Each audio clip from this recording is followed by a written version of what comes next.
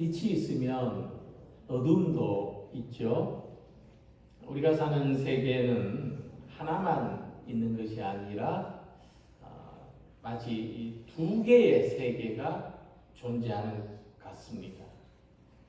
그래서 어거스틴은 이 세상에 아벨의 세력이 있고 가인의 세력이 있는데 이 둘이 싸우고 있다 하고 말했습니다. 이처럼 선과 악이 공존하고 우리 안에도 긍정의 감정과 부정의 감정이 함께 있습니다. 근데 재밌는 것은 이 세상은 이 두 가지가 함께 존재하는 가운데 이 세상이 움직여 간다는 겁니다. 빛과 어둠이 교차되고 또 더위와 추위가 교차하면서 시간이 흐르고 세월이 갑니다. 흰 도화지 위에 흰색 물감으로 그림을 그리면 무슨 그림을 그렸는지가 보이지 않습니다. 흰 도화지 위에 검은색 연필로 그림을 그릴 때 대비가 분명해지고 형체를 알아볼 수가 있습니다.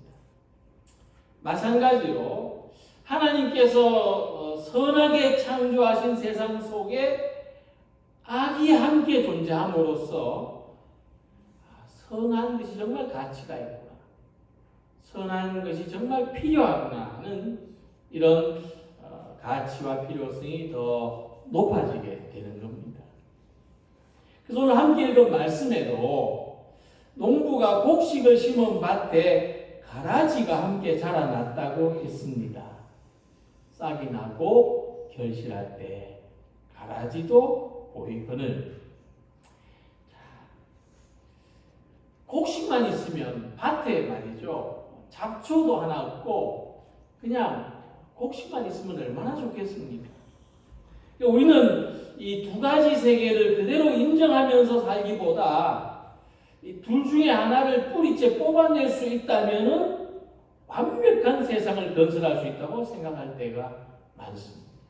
인간의 역사를 보면 어떤 때는 이 사회주의 이 세계를 만들려고 했고 어떨 때는 또 민주주의만 있는 세계를 건설하려고 했던 이런 그런 역사도 있었습니다.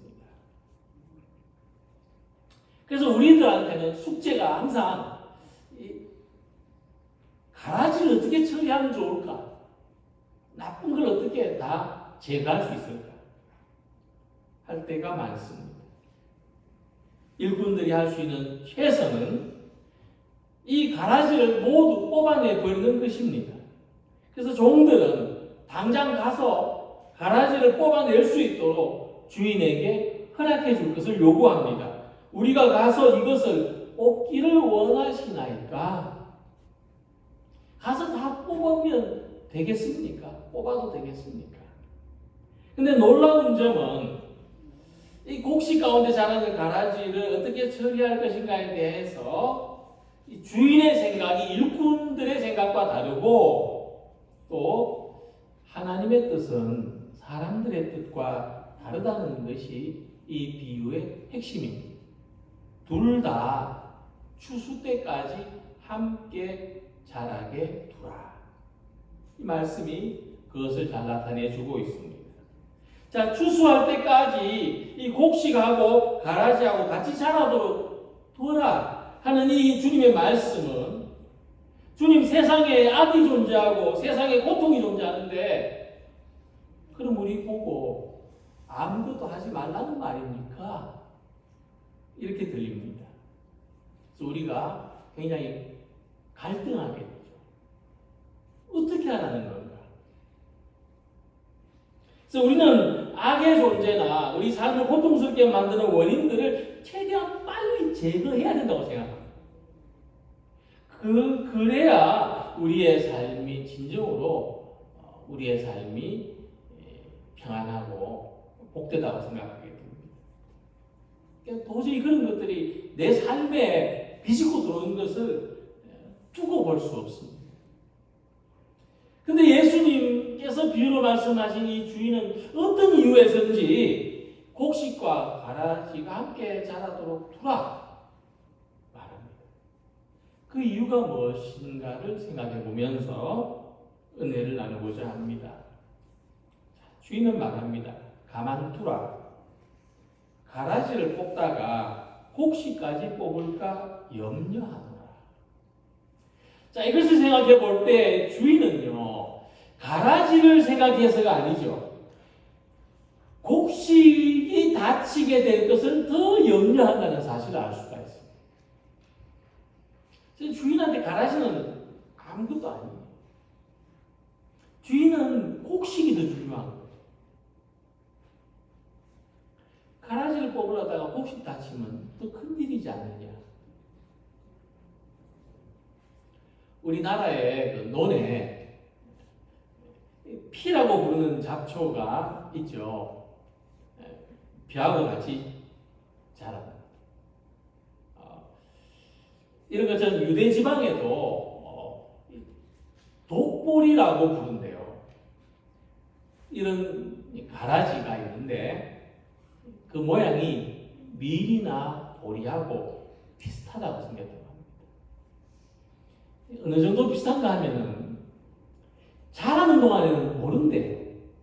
전혀 구별이 안 되다가 이상이 나올 때 구별이 된다는 거예요. 그러니까 밀은 충실한 밀 열매가 달리고 보리도 마찬가지로 보리가 달리겠는데 이 가라지는 열매도 없는 거예요. 자, 그런 이유로서 이 가라지가 막 왕성하게 자라는 동안 일꾼들은 알아보지 못했어요. 그만큼 구별이 어렵습니다. 근데 이제 이삭이 필 때 보니까 아이고 이 가라지가 많이 자랐구나. 그것을 알아보고 일꾼들이 이제 마음이 급해진 거예요. 이 가라지가 이 알곡들의 양분을 다 뺏어 먹겠구나. 가라지가 많이 자라면 열매가 시원찮겠구나. 다른 열매들이 시원찮겠구나. 이 생각을 했습니다. 그런데 이제 막 아직 덜 자라났기 때문에 가라지인 줄 알고 뽑다가 보면은 곡식인 경우가 많다는 거예요. 왜 예전에 흰머리 좀 뽑으라 하면은 그죠? 잘못해가지고 검은 머리만 수북이 뽑아 놓을 수도 있잖아요. 이런 경우처럼 잘 분별이 안 되는 경우가 있다. 심지어 이게 같이 자라야 한단 말이죠. 그렇기 때문에 밑에 뿌리가 밑에서 서로 엉켜 있어요. 그래가지고 가라지만 뽑아내면 좋은데 이 곡식의 뿌리도 다친다. 그래서 곡식이 죽을 수가 있어요. 그러니까 이 어쩌든지 이 곡식을 보호하기 위해서는 알곡을 지키기 위해서는 가라지도 함께 자라도록 버려둬라. 가만히 둬라. 이것이 주인의 뜻입니다. 이처럼 우리 삶에도 수많은 형태의 가라지가 있습니다. 우리가 좀 핀셋으로 딱 이렇게 집어낼 수 있다면 얼마나 좋을까요? 근데 이런 가라지가 우리 삶의 환경일 수도 있고, 내가 어쩔 수 없이 더불어 살아가야 되는 삶의 환경, 나의 처지, 형편, 또 관계를 맺을 수밖에 없는 사람들일 수가 있습니다. 직장에서도 좀 나를 힘들게 하는 상사가 막 정근을 가버리면 다른 부서에 가버리면 얼마나 좋을까요? 그죠? 근데 어쩔 수 없이 같이 지내야 되는 경우도 있다. 자, 이럴 때 우리는 어떻게 합니까? 우리는 관계를 끊고자 합니다. 단절하고자 합니다. 환경에서 뛰쳐나오고자 하고 사람들하고는 단절하고자 합니다. 그런데 오히려 어떤 경우에는요, 그런 환경이 있었기 때문에 지금의 내가 있는 경우가 많다는 거예요. 결국 지금의 내 모습은 환경이 만들어 결과거든요. 근데 우리가 지금의 내 모습을 완전히 부정하지 않는다면, 그래도 내 모습 어딘가에 참 내가 봐도 야, 내가 참 괜찮은 사람이구나 하는 그런 모습이 있다면, 그것은 가라지가 함께 나하고 같이 자랐기 때문에 내가 거기서 어떤 좋은 영향을 또는 어떤 긍정적인 그런 열매를 맺게 된 거죠. 그래서 주인은 당장 가라지를 뽑아낼 것이 아니고 곡식이 잘 자랄 수 있도록 가만히 두라 하는 겁니다. 이게 주인이 아주 현명한 사람이라는 거죠. 그리고 또 이런 해석이 있습니다. 곡식이 다치지 않도록 하라는 것은 주인이 원수들의 의도를 파악하고 있었다는 겁니다. 주인은 말하기를 원수들이 가라지를 뿌렸다고 했습니다. 원수가 이렇게 했구나. 그럼 이 원수는 누구냐? 이 원수는요, 현실적으로는 남의 농사가 잘 되는 것을 방해하는 사람이에요. 놀부 같은 사람이에요. 아주 악독한 사람이에요. 세상에 이런 사람이 있을까요?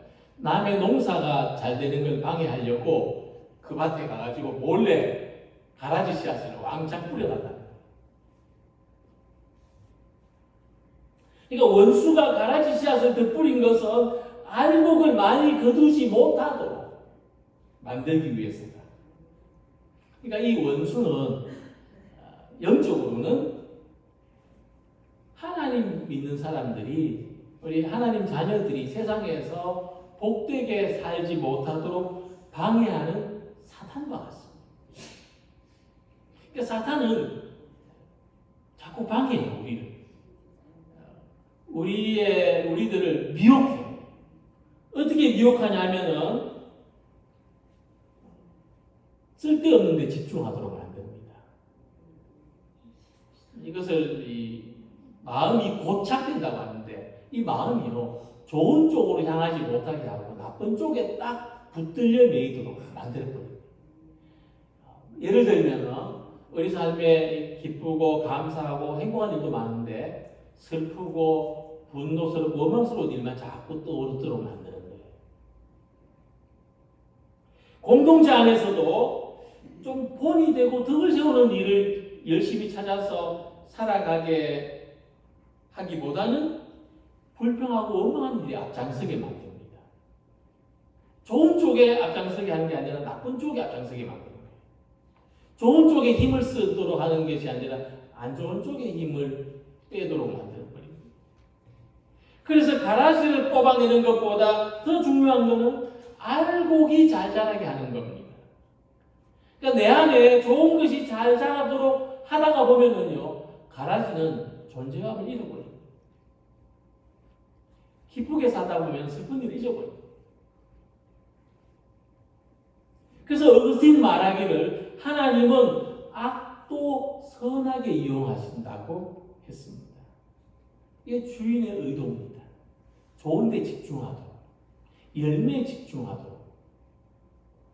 그래서 우리 삶의 밭에 좋은 씨앗들을 많이 뿌려서 사랑과 기쁨과 평화와 같은 이 성령의 열매를 거두고 하나님의 선하심이 풍성하게 자라도록 살아가는 우리 모두가 되시기를 소망합니다.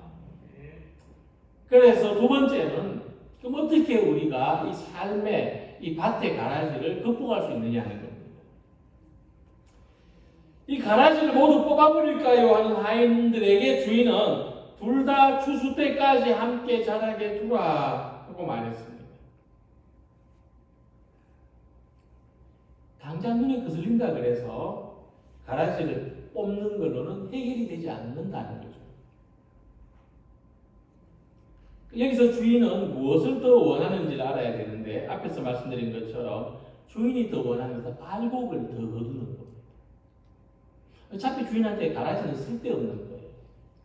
그러니까 주인은 가라지 때문에 알곡이 다치게 하면 안 되겠다. 그래서 곡식은 다 자라서 양식이 되는데 가라지는 다 자라서는 쓸모없습니다. 그냥 불에 태워서 없애버리는 거예요. 근데 가라지가 악한 건 아니라는 거예요. 가라지가 어떤 곡식의 전염병을 일으키는 거라면 일일이 찾아서 다 뽑아내야 되겠지만은 그냥 쓸모없기 때문에 버려두면 되는 거예요. 악한 것하고 쓸모없는 것하고 좀 다르죠. 쓸모없는 것은 그냥 버려두면 된다. 그래서 주인은 많은 곡식이 가라지하고 같이 뽑혀나가는 것을 원치 않았을 뿐만 아니라 또 비록 눈에 거슬리는 가라지가 함께 자라더라도 추수할 때 더 많은 곡식을 거두는 것이 주인이 바라는 것이었다는 말씀입니다. 밭을 가꾸다 보면 잡초하고 싸우는 게 제일 큰 일이에요. 그 잔디밭을 이렇게 가꾸는 사람도 보니까 하루 종일 앉아가지고 풀 뽑는데 채소가 잘 자라는 환경, 잔디가 잘 자라는 환경은 잡초도 잘 자라는 환경이 된다는 거예요.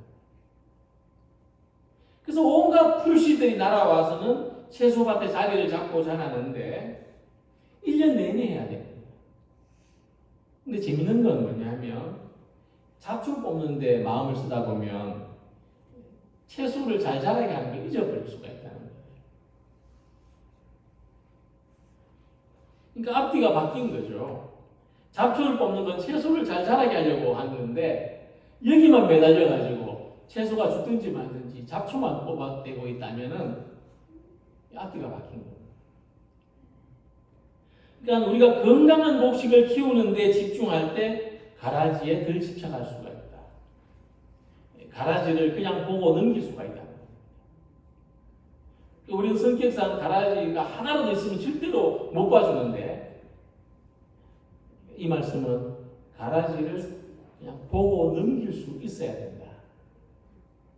어떤 우리의 그 신앙적인 관점도 좀 변화되어야 될 필요가 있다는 것을 말하고 있습니다. 이런 것을 이제 율법적인 완벽주의라고 하는데 사도 바울도 말했듯이 율법주의인 완벽주의로는 절대로 자기 안에 있는 죄성을 극복하지 못합니다. 율법의 의로는 절대로 구원을 받을 수가 없습니다. 이것을 넘는 거예요. 뛰어넘어야 되는데 그게 뭐냐면 복음이라는 겁니다. 은혜라는 겁니다. 우리가 율법으로서는 의를 이룰 수 없다는 것을 인정하고 내가 할 수 없고 내 힘으로 할 수 없고 하나님의 은혜로만 할 수 있다고 고백할 때 거기에 구원이 임한다는 것이죠. 그게 우리의 칭의론입니다. 그래서 어떤 신앙인이 말했습니다. 우리가 왜 다른 사람을 비판하거나 불평하지 말아야 되느냐? 그 시간만큼, 그 노력만큼 축복할 기회, 사랑할 기회를 잃어버리기 때문이다. 그래서 우리 마음밭에는 가라지가 많은 것이 문제가 아니라 건강한 곡식이 자라지 않고 있는 것이 문제입니다. 그래서 우리는 진정으로 내 삶을 위하는 길이 뭔가, 정말 우리 공동체 장래를 위하는 일이 무엇인가를 깊이 생각할 필요가 있습니다. 사실 이 농부들은 채소를 심고 씨앗을 뿌리고 그냥 버려두지 않습니다. 가라지 외에도 신경 써야 될 일이 참 많아요. 비료도 줘야 되고 물도 대야 되고 그러다 보면은 물론 가라지도 자라겠지만 곡식도 잘 자라게 되는 겁니다. 그래서 가라지가 자라지 못하도록 막는 것보다도 건강한 곡식이 잘 자라는 환경을 만드는 것이 더 중요한 겁니다. 그래서 우리 공동체의 영적으로 우리 공동체에 있는 가라지를 넘어설 수 있는 방법은 우리 자신이 건강한 곡식이 되는 것입니다. 가라지를 비판하기보다 내가 건강한 곡식, 내가 알곡이 되는 것이 더 중요합니다. 그럴 때 가라지의 문제가 극복이 됩니다. 하루 종일 가라지 탓을 한다고 이 가라지가 알곡으로 변할 수 있는 게 아닙니다. 그래서 나 한 사람이 잘 자란 곡식이 될 때 하나님 나라가 30배, 60배, 100배로 확장될 수 있다는 것을 알고 우리는 어디서나 언제나 알곡이 되기를 소망하고 그렇게 양분을 공급받고 자라는 성도들이 되시기를 소망합니다. 주님은 가라지와 곡식이 함께 자라도록 두라고 말씀했는데 다 주인의 계획이 있기 때문입니다. 그 계획이 언제 드러나느냐 하면 추수 때에 드러납니다. 추수 때가 되면 가라지는 먼저 거두어서 불사르게 단으로 묶고 곡식은 모아 내 곳간에 넣어라. 추수 때는 가라지가 이제 단으로 묶어서 불쏘시개가 되는 거죠. 그 이상의 의미는 없습니다. 그 추수가 끝난 논에 가면은 그죠? 곡식은 다 탈곡을 하고 남은 건 또 짚은 뭐 합니까? 똘똘 말아가지고 뭐 소사료용으로 쓴다든가요. 그렇게 하지 않습니까? 용도가 있는데 이 가라지는 이제 묶어서 태우는 것 말고는 다른 용도가 없습니다. 그러면은 가라지가 뽑혀 나오게 되고 또 그러면 알곡이 다칠 일이 없는 거죠. 주인의 생각이 대단히 현명합니다. 그래서 우리는 어떻게 해야 됩니까? 힘들지만 추수 때가 될 때까지 가라지하고 공존하는 시간을 가져야 됩니다. 어쨌든 우리 삶의 어떤 고통이나 괴로움이나 문제라면 추수 때가 될 때까지 하나님의 어떤 개입, 하나님의 역사가 있기까지 잘 견뎌야 됩니다. 공존하면서 신앙을 지키면서 내 믿음의 중심을 잃지 않으면서 잘 견뎌야 됩니다. 그런 시간이, 그런 과정이 필요하다는 것입니다. 그래서 알곡은 뭐냐면 가라지하고 뿌리가 엉켜 있어요. 그러면서도 기운이 약해지지 않고 충실하게 자기 열매를 키워가는 것. 그것이 알곡이고 알곡의 사명입니다. 그래서 많은 사람들은 이 가라지가 자기 바깥에 있는 걸로만 생각을 하는데 우리가 신앙적인 눈으로 보면 우리 안에도 있어요. 내 안에도. 우리 마음속에도 알곡 같은 모습이 있지만 또 가라지 같은 모습이 있어요. 사도 바울이 말했습니다. 내가 원하는 것은 행하지 않고 도리어 미워하는 것을 행하니라. 그러니까 내가 원하는 것을 행하는 건 알곡의 모습이죠. 나한테 있는 알곡입니다. 근데 내가 미워하는 것을 행한다고 했는데 그거는 내 안에 있는 가라지 모습이에요. 근데 사도 바울은 자기 안에 알곡이 있고 가라지가 자기 마음밭에 같이 자라고 있었다는 거죠. 그럼 사도 바울은 이 가라지를 어떻게 극복했을까? 이렇게 이야기를 합니다.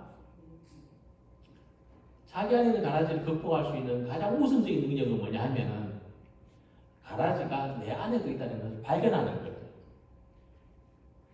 가라지를 발견해야 뭐 어떻게 처리할 거 아닙니까? 가라지가 내 밖에만 있는 줄 알았는데 내 안에도 가라지가 있구나. 발견하는 거예요.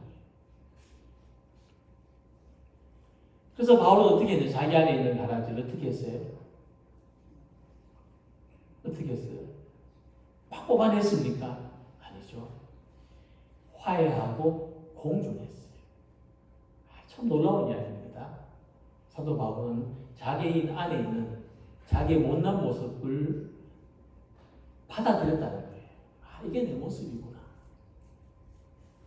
막 그거 부정하려고, 나 괜찮은 사람으로 보이려고 막 애쓰고 그러지 않았다는 거죠. 하나님 앞에서 받아들였어요. 하나님, 나는 참 비참한 사람입니다. 이래 고백했어요. 오라, 나는 곤고한 사람이로다. 하나님, 저 이렇게 부족한 사람입니다. 그러니까 바울은 다른 사람이 가진 가라지의 모습도 용납할 수 있었어요. 그래, 나도 그런데 너도 내가 이해한다. 이랬다는 거죠. 그러니까 우리가 이 현실 세계 속에서 경험한 하나님 나라는 어떤 곳이냐면 가라지는 한 줄기도 없고 알고만 있는 곳이 아닙니다. 현실 속에 있는 교회라는 공동체는 그런 곳입니다. 알고만 모인 곳이 아니에요. 자, 그래서 우리가 먼저 자기 안에 있는 가라지하고 화해하고 자기 안에 있는 약한 모습, 부족한 모습하고 잘 지내야 다른 사람 안에 있는 약한 모습, 부족한 모습도 잘 받아들일 수 있어요. 특히 가족 안에서 그렇습니다. 자기를 용납 못하는 사람은 자식들도 힘들게 해요. 그래서 우리가 자기 안에 있는 가라지하고 화해를 할 때 약함과 허물을 느끼는 가운데서도 건강한 믿음으로 살아갈 수가 있는 겁니다. 그때부터 우리 안에 있는 열매가 튼실해져 가는 거예요. 그래서 우리 모두는 결국 우리는 하나님의 은혜, 하나님의 사랑 안에서 알곡이 되어갈 수 있고 알곡으로 자라갈 수가 있습니다. 그래서 하나님의 나라를 기대하는 우리는 추수 때까지 무엇을 해야 되겠습니까? 오늘도 하나님의 은혜 안에서 성장하는 우리 모두가 되시기를 소망합니다. 가라지가 무성한 우리 마음밭이지만은 하나님이 이 마음밭에 사랑의 씨앗을 심으셨습니다. 하나님이 이 마음밭에 믿음의 씨앗을 심으셨습니다. 하나님이 이 마음밭에 소망의 씨앗을 심으셨습니다. 이게 우리 안에서 자라고 있습니다. 근데 어느 날 문득 가라지가 보이는 거예요. 이게 거슬리는 거예요. 그러나 우리는 이것을 뽑아내려고 하기보다 어쨌든 잘 용납하고 잘 받아들이고 그것을 기도의 계기로 삼고 그것을 겸손의 계기로 삼고 그것을 연단의 도구로 삼아서 하나님 안에서 알곡이 더 풍성해져가는 우리 삶이 되기를 소망합니다. 그래서 이 세상 속에 가라지가 있고 내 안에도 가라지가 있지만 그럼에도 불구하고 은혜를 베푸시는 하나님의 사랑 안에서 진정한 평화를 맛보며 믿음이 무르익고 알곡처럼 삶이 성장하는 우리 모두가 되시기를 주님의 이름으로 기원합니다.